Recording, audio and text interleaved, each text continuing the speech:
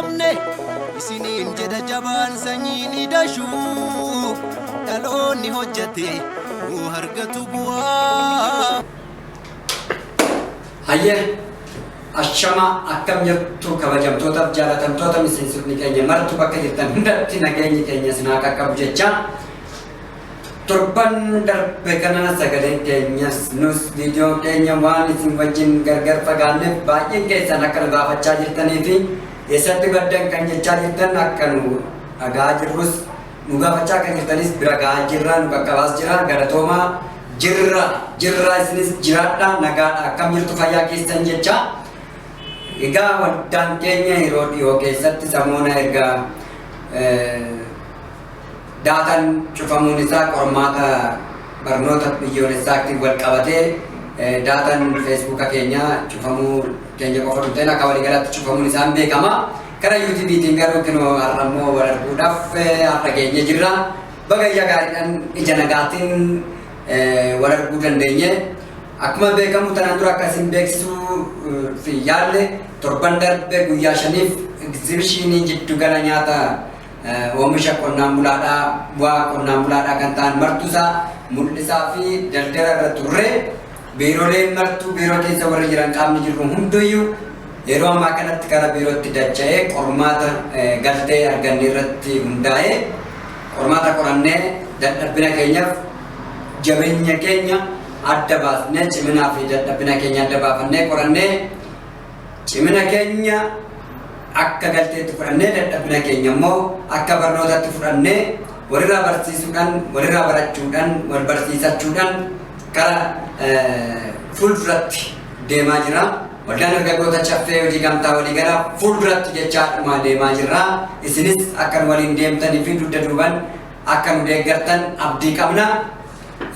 Akkasumas kan isin dinqu keessaa tanaan dura akkuma ibsa isinii baasuudhaaf ibsa irratti isinii tuqaa turre kan fuula caasaa damee hamboodhaa kan ture haalli hunduu sirratee ciibboo ofiitis fudhatee dadhabbina mataa isaatiin odeeffannoo argachuu dadhabuudhaan kan ka'e ijaarsuma achitti ijaaramaa jirurre akka gurraan qabnu akka ija keessaa isin qabnu fi akkasumas kolleejjii Horn Afrikaa Biizines kolleejjii kan achitti bannes akka gurraan qabne akka sammuu keessaa hubannoo hin qabnetti fudhateetti kan qaama milaallatu hunda duratti kakuudhaanii fi ifama gaafachuudhaan kan ibsachuu yaalanii haa ta'u malee waltajjichi isaanii fashalaa'ee jira dhaabaniitis jiru waltajjii hin argamne isaanis nama 5 irra hin caalanii ijaaramni yaa keessa isaa laayis ijaarama cimaa irratti kaa'uun kanuma jirudha.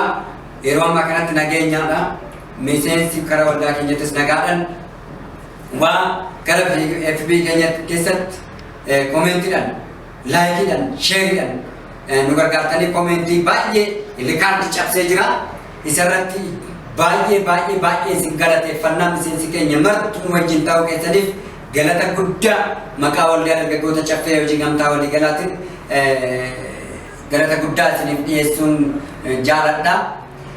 Sanirratti aansee sadarkaa yeroo ammaa kana jirutti ijaarsa manneen jireenyaatti wal qabatee Prosesiin keenya hunduu dhumee jira. Haala biyyattiitti wal qabatee yeroo ammaa kanatti qilleensa xiqqoo jalaa nageenya wal qabateeti malee yeroo ammaa kanatti wanni hunduu karaa nu bu'ee jira.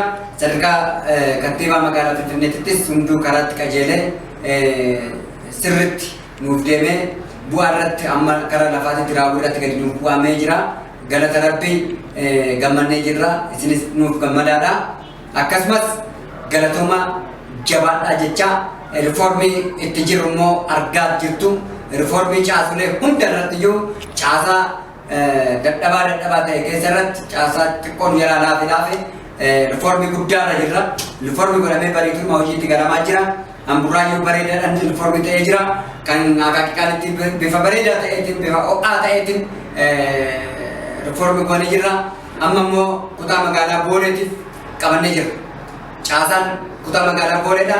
Dilbata fuulduraa keenya haalli wanni haaraan jiraachuu baate kutaa magaalaa Booleet irratti riformii cimaa goonee hojiitti hin galla, raawwitti hin galla.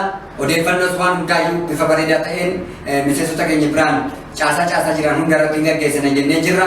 Qirqoos irratti akkasumatti kareeffannee jirra. Lambii Kuraat irratti haaromsaa fi koree guuttachuu fi riformii gochuu kan qabnus immoo riformii godhannaa bifa saniitiin eeggarrattis hunda irratti iyyuu dabaree isaatiin walgahii gumii kan keenyaan gaggeessinaa san booda mana irratti waraanni biyyoolessaa jiru juuntaadhaa kara tokkotti waraanni juuntaa kara tokkotti goree biyyi keenya nagaa ta'ee nus dafnee ariitiidhaan